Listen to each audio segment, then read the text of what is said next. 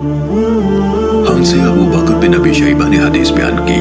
कहा हमसे वकी ने हदीस बयान की। उन्होंने शुअबा से, उन्होंने हकम से, उन्होंने अब्दुर्रहमान बिन अबी लैला से, उन्होंने हजरत समुरा बिन जुंदब रजी अल्लाह तआला अन्हु से रिवायत की। इसी तरह हमसे अबू बकर बिन अबी शैबा ही ने हदीस बयान की। कहा हमसे वकी ने हदीस बयान की। उन्होंने शुअबा और सुफियान से, उन्होंने हबीब से, उन्होंने मैमून बिन अबी शबीब से और उन्होंने हजरत मुगीरा बिन शुअबा रजी अल्लाह तआला अन्हु से रिवायत की। दोनों ने कहा रसूलुल्लाह सल्लल्लाहु अलैहि वसल्लम ने ये फरमाया था। सही मुस्लिम हदीस नंबर 1। अबू बकर बिन अबी शैबा नीज मोहम्मद बिन मुसन्ना और इब्ने बशार ने कहा हमसे मोहम्मद बिन जाफर यानी गुंदर ने शुअबा से हदीस बयान की। उन्होंने मंसूर से, उन्होंने रबीई बिन हिराज से रिवायत की कि उन्होंने हजरत अली रजी अल्लाह अन्हु से सुना। जब वो खुतबा दे रहे थे कहा रसूलुल्लाह सल्लल्लाहु अलैहि वसल्लम ने फरमाया मुझ पर झूठ न बोलो, बिला शुबा जिसने मुझ पर झूठ बोला वो जहन्नुम में दाखिल होगा।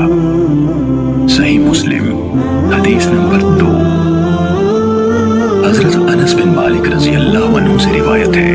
कहा मुझे तुम्हारे सामने ज्यादा अहादीस बयान करने से ये बात रोकती है कि रसूलुल्लाह सल्लल्लाहु अलैहि वसल्लम ने फरमाया जिसने अमदन मुझ पर झूठ बोला वो आग में अपना ठिकाना बना ले।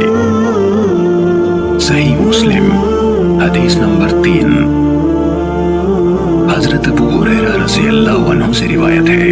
कहा रसूलुल्लाह सल्लल्लाहु अलैहि वसल्लम ने फरमाया जिसने अमदन मुझ पर झूठ बोला वो आग में अपना ठिकाना बना ले। सही मुस्लिम हदीस नंबर 4। सईद बिन उबैद ने कहा हमें अली बिन रबिया वालिबी ने हदीस बयान की। कहा मैं मस्जिद में आया और उस वक्त हजरत मुगीरा बिन शुअबा रज़ी अल्लाहु अन्हु कूफा के अमीर यानी गवर्नर थे। मुगीरा ने कहा मैंने रसूलुल्लाह सल्लल्लाहु अलैहि वसल्लम से सुना, आप फरमा रहे थे मुझ पर झूठ बोलना इस तरह नहीं जैसे मेरे अलावा किसी एक आम आदमी पर झूठ बोलना है। जिसने जानबूझकर मुझ पर झूठ बोला वो जहन्नुम में अपना ठिकाना बना ले। सही मुस्लिम हदीस नंबर 5।